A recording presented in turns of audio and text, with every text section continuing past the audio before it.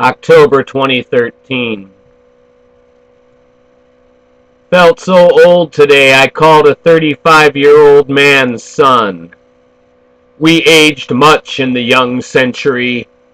If we don't survive the winter, know that we loved in spring, fed each other cherries, not the turnips and grief of now.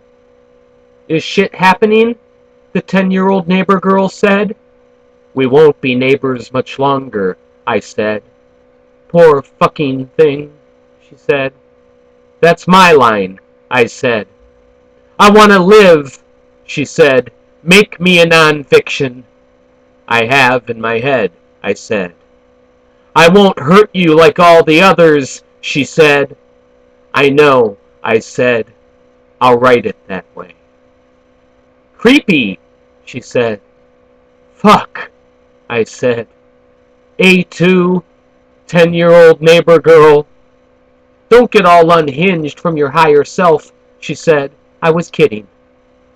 Leave me to my monastic self a while, I said. No shit, she said. I'm 10 years old. At least the moon remained rooted, sick, mischievous face radiating death 4.5 billion years upon dust and lovers. Still, we wished upon it vainly. That lost fragment of Ecclesiastes, you know, that shit St. Augustine thought he burned from the canon, says in the original Hebrew over and over, we are fucked.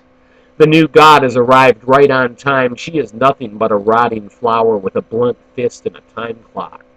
I might as well have jacked off in a ditch those nights I sweated my best self holding your hand on suicide watch. They say madness makes the best poem, all disjointed and modern and wild. Then I say in the original language of sanity, fuck the best poem. Life says thou shalt not flow like lava, destroying the cities of tenderness. Dr. Poppy. As we with our human consideration tiptoe the nuances, your nighty brushes the powder keg, sick gulp of breath, it does not ignite. Dr. Poppy, our always-on-call therapy rat, frantically makes a racket as if to shout, hey, I live here too. They go down your throat and eat all your systems. A note of pure grief issues where the kiss was. Peaceful beast lounging before slaughter moo to the moon as usual. Meanwhile, I'm in my room turning up the music so I don't hear the grave decisions being made. I'm quitting poetry to form a punk band called Powder Keg. To escape intolerable living situations, many take refuge in the Plasma Donation Center, sitting there all day thinking in peace. No one bothers these refugees from stress. Many assume they're there to donate. They're not. Deleted like God's Son, the wintry leaves, the texts of love, 2 prophesied coffins gift wrapped for Christmas, adopting the old man modality more and more. I used newfangled and heavens to Betsy in casual conversation today. Coaxed Poppy.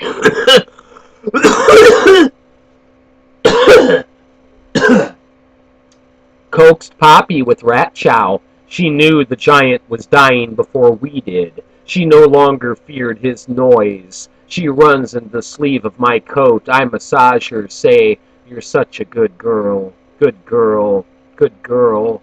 She rests in the crook, and I know she knows she's a good girl, good rat, good God even. In all essentials, such a good thing. Calm thing. I kiss through my coat. The naturally intuitive meth head correctly assessed the situation from the rape van. Happiest moment of my day is swiping into work, I said. Frozen horror look from coworker. No further elucidation of tragedy needed, I said. In Googling the Northeast Alberta and 30th area, where I'll be living soon, I exploded in generalized orgasm. Like hospice, I go where you go, the 10-year-old neighbor girl said. dying noises throughout the house, so I'm watching the moon set at 5:59 a.m. There's a ballet to usher tonight. It is also dying. My flashlight and tenderness are ready. I sit with strong coffee and prayer. May the new world come next full moon, condemned and blessed to live, doing what we can. Trees don't need methadone as they die, don't excrete or moan or ask for a straw to sip the last sip. Trees don't request hospital beds or worry about last words. Unlike ourselves, their shells resemble their living majesty. Now that the scared little boy in your eyes has become the norm, and the tensions of living together have faded to irrelevance, I'm grateful for our last lucid friendship moments, sharing the pleasure of your team winning.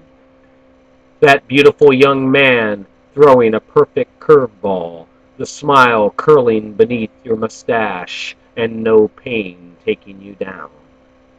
Are you supposed to be pretty or scary? I said. I'm a zombie, the 10-year-old neighbor girl said. By the time the ambulance came, the children had retreated to eat candy. The poet called Juggernaut waved from the stretcher. We waved, said things, retreated to the porch, amped to process the next phase of disaster, but all that was finished with the waving. We couldn't believe it was finished. The two of us smoked and said things, anxious still amid the new silence and the so uneasy sudden peace. In my afterlife, I'll be poet ghost of steel, spontaneously performing amid your intimacies.